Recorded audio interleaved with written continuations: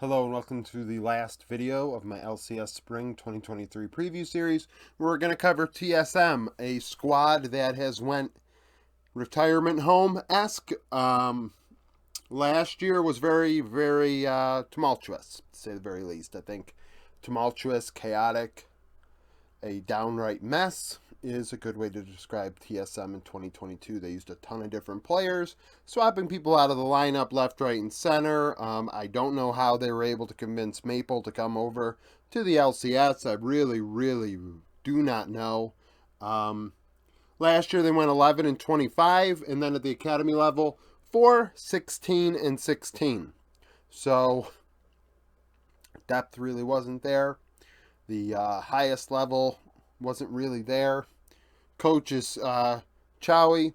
Chowie was in the PCS and LMS for a long time as a player and as a coach. Has only coached one year officially with TSM. So he's 11-25. The changes, the newcomers to the org are Boogie. Boogie has joined in the jungle from Latin America. Spica is with FlyQuest. And then in bot lane, Tactical went to Immortals. Instinct, I believe, is on Fly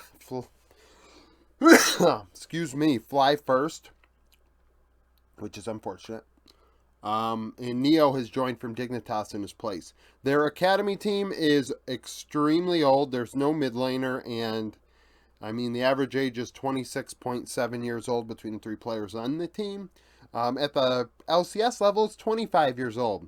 In top lane, we have Solo. I think he's the oldest top laner in the four major regions. At 29 years old, put up a 1.4 KDA, 8.1 CS per minute, 36.4 KP in 10 games in Academy, 438 damage per minute, 23.3 damage share, 20.8 gold share.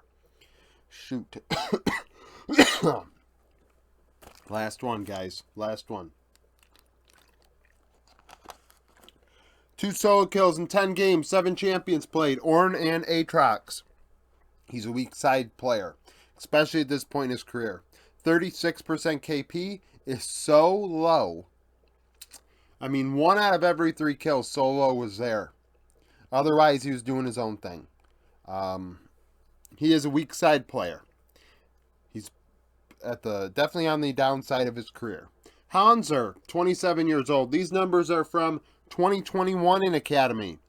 2.6 KDA, 8.2 CS per minute, 58 KP. A lot of people think he should still be in the LCS. 494 damage per minute, 25.5 damage share, 22.1 gold share, 16 solo kills in 36 games played, 11 champions. Renekton, Set, and Viego. The Set and Viego top lane should be screaming to you that was not from 2022. Like I said, from 2021. Boogie dominated the Latin American scene. He was not able to win in the playoffs. Astral losing to Isurus. But he dominated the regular season. 7.3 KDA, 6.1 CS per minute, 80 KP. 4 out of every 5 kills he was involved in. So the team fought around Boogie. They're like, Boogie, we're going to be in our lane, kind of doing our own thing, and not dying, and when we want to fight, you got to be there. That's pretty much what it was, because he farmed, 476 damage per minute, 20.3 damage share out of a jungler. That's like 9% higher than some junglers. 20.8 gold share, 4 solo kills in 14 games, 8 champions picked. Wukong and Vi being the most. Behind him is Svenskeren. Svenskeren's numbers are from 2021 in EG. At 26 years old, he had a 3 KDA, 5.8 CS per minute, 60.3 KP. That is very carry-oriented.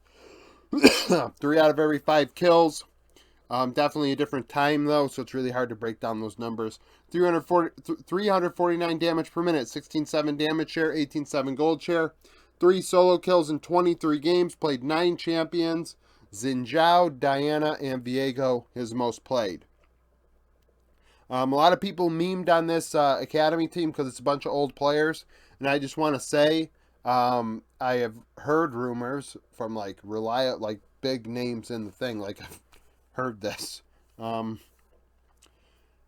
there is the thought that this team is going to go with Maryville Academy.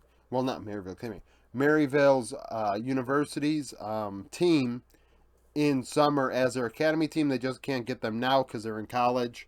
At least that's what I've heard. So that's why they just signed people that are in LA that could do the job and play a split in academy.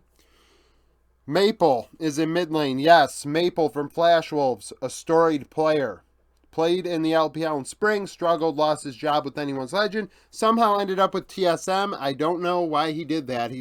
PSG swapped out mid laners. I really don't know why he didn't go back to PCS. At 25 years old, put up a 2.8 KDA, 8.9 CS per minute, 66.6 KP. Ahead of the majority of his matchups. Maple is an upper half mid laner in the LCS at worst. He's a very, very good player still. 509, well, very, very good player relative to the LCS. Caveat. 519 damage per minute, 26.8 damage share, 22.7 gold share, 9 champions, 18 games. Azir being the only champion he played more than twice. In the bot lane, we have Neo. These stats are from Academy. At 23 years old with Dig Academy, 3.3 KDA, 9.3 CS per minute, 60.2 KP. Neo is a... Sorry. I'm trying not to cough, so I end up making weird, stupid noises. 60.2 KP, 645 damage per minute, 24.4 damage share, 23.8 gold share. 1 solo kill in 10 games, played 3 champions. Jinx, Zeri, and Aphelios in that time. He only played, he played under 10 games in the LCS last split to include on there. Wild Turtles numbers are from Academy in spring with IMT. At 27 years old now, he had a 3.3 KDA, 9.7 CS per minute, 62.4 KP. Definitely better than the Academy bot laners. 634 damage per minute, 28 damage share, 25.3 gold share, 25.3 is definitely a carry-like gold share. He is fed. 3 solo kills in 10 games, 5 champions played, Jinx and Tristana, the only 2 champions he played more than once. Chime, later on in the split when they brought in Instinct, they brought in Chime. He ended up playing 11 games, so I guess it wasn't later on in the split, it was midway through. 3.5 KDA, 79.5 KP. So 4 out of every 5 kills, Chime had a hand in with TSM. And that's why I thought they should have went with Instinct and Chime in 2023. Maybe Instinct wanted out. Didn't work out for him now that he's on amateur, but whatever. 2.85 vision score per minute. Would clear just under 2 wards every 5 minutes. 7 champions, 11 games. Rakan, Braum, and his one-trick Bard being the 3 most played champions. Behind Chime is DragQ. DragQ was Chief Esports Club's sub support in at Worlds. And that's where we kind of learned about him. Didn't play in summer. Lost his job to Alidoric. He had a 4.9 KDA, 68.2 KP in the first half. So I guess, what would it be? Their fall split in Oceania. 2.54 vision score per minute. Would clear just over 1 ward every 3 minutes. 9 champions in 21 games. Nautilus and TK being the majority. So